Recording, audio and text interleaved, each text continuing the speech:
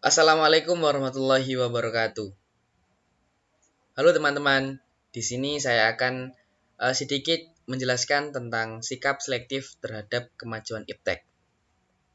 Sebelumnya, kita perkenalan terlebih dahulu ya.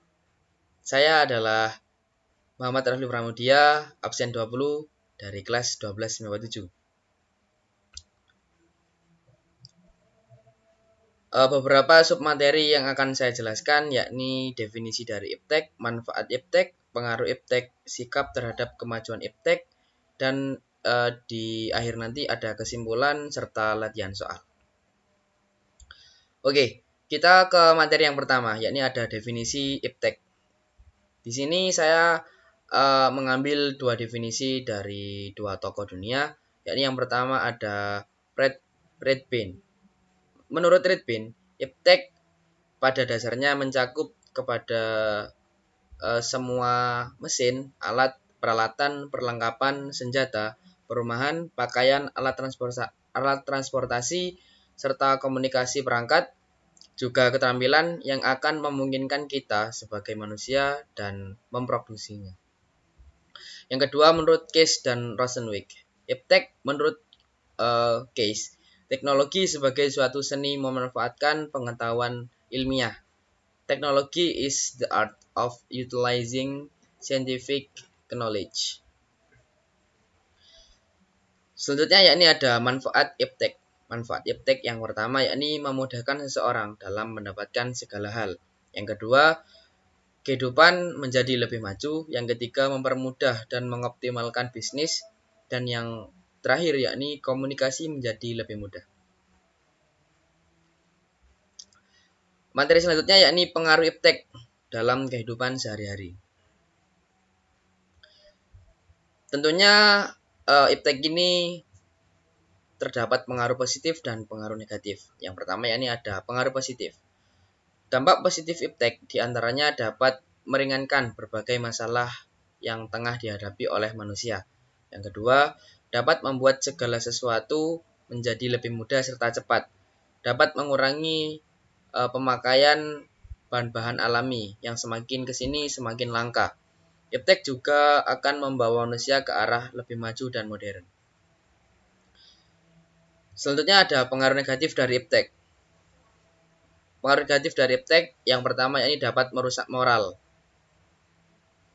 Di internet, seseorang dapat menjadi buruk karena iptek turut mempengaruhi moral dari seseorang. Seperti misalnya pada konten yang berbau negatif dan lain sebagainya. Yang kedua yakni perkembangan iptek yang kian pesat dan banyak dimanfaatkan. Namun di samping itu banyak sekali polusi pencemaran yang dihasilkan dari perkembangan iptek itu sendiri. Yang terakhir yakni dapat membuat orang menjadi semakin malas karena iptek juga memiliki tujuan untuk mempermudah serta memanjakan manusia. Jadi manusia akan semakin malas sebab telah ada teknologi yang dapat menggantikan dirinya untuk bekerja. Bahkan bisa memudahkan seseorang terkena penyakit.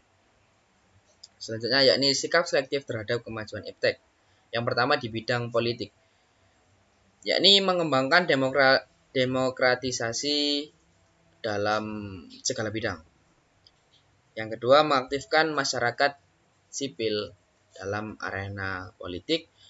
Yang ketiga, mengadakan reformasi lembaga-lembaga politik agar menjalankan fungsi dan perannya secara baik dan benar. Yang terakhir yakni menegakkan supremasi hukum. Selanjutnya di bidang ekonomi. Di bidang ekonomi yakni memprioritaskan pertanian sebagai mata pencarian penduduk Indonesia. Yang kedua, mengembangkan sistem ekonomi yang memperkuat produksi domestik untuk pasar dalam negeri sehingga dapat menguatkan perekonomian rakyat. Yang ketiga, industri di Indonesia harus menggunakan bahan baku dari dalam negeri. Dan yang terakhir, menggerakkan perekonomian yang berorientasi pada kesejahteraan rakyat. Selanjutnya di bidang sosial budaya, yakni terbuka terhadap inovasi dan perubahan yang ada. Yang kedua, berorientasi terhadap masa depan daripada masa lalu. Yang ketiga, menghargai pekerjaan sesuai dengan prestasi. Yang keempat, menggunakan potensi lingkungan secara tepat untuk pembangunan berkelanjutan. Dan yang terakhir, merawat kearifan lokal, budaya, adat istiadat masyarakat Indonesia yang beragam. Di bidang yang terakhir nih, ada bidang pertahanan dan keamanan. Yang pertama yakni menjunjung tinggi Pancasila dan Undang-Undang Dasar 1945 sebagai konstitusi negara tertinggi. Yang kedua, berpegang teguh pada ideologi Pancasila. Yang ketiga, meningkatkan hubungan diplomatik. Yang keempat, meningkatkan keamanan dan perlindungan dunia cyber Indonesia. Dan yang terakhir, turut serta dalam menjaga perdamaian dunia. Tidak terasa kita sudah berada di penghujung presentasi. Saya akan membacakan kesimpulan dari presentasi yang telah saya sampaikan.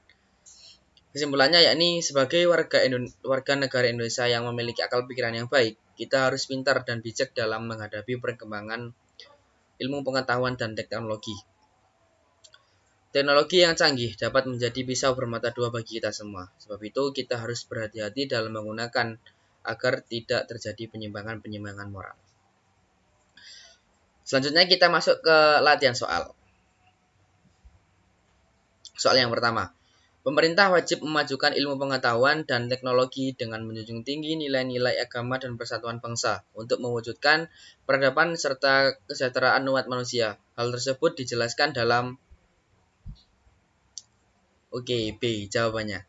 Yakni pasal 31 ayat 5 Undang-Undang Dasar 1945. Lanjut ke soal nomor 2, yakni berikut beberapa sikap yang harus dimiliki untuk menghadapi berbagai kemajuan iptek kecuali. Jawabannya adalah C, dengan sikap yang pesimis. Lanjut ke soal nomor 3, berikut ini faktor yang menghambat perkembangan iptek kecuali. Jawabannya adalah E, persaingan antar negara dalam bidang pertahanan dan keamanan. Lanjut ke soal nomor 4, menggunakan potensi lingkungan secara tepat untuk pembangunan berkelanjutan merupakan sikap selektif terhadap pengaruh kemajuan iptek di bidang. Jawabannya adalah B, sosial budaya. Kita masuk ke soal yang terakhir yakni kemajuan iptek juga dapat memunculkan kejahatan baru. Kecuali. Jawabannya adalah sudah jelas lah, jawabannya, korupsi dan nepotisme. Terima kasih bagi teman-teman atau audien yang sudah melihat serta mendengarkan presentasi yang saya sampaikan. Kurang lebihnya mohon maaf apabila ada salah kata dan salah tingkah. Wassalamualaikum warahmatullahi wabarakatuh.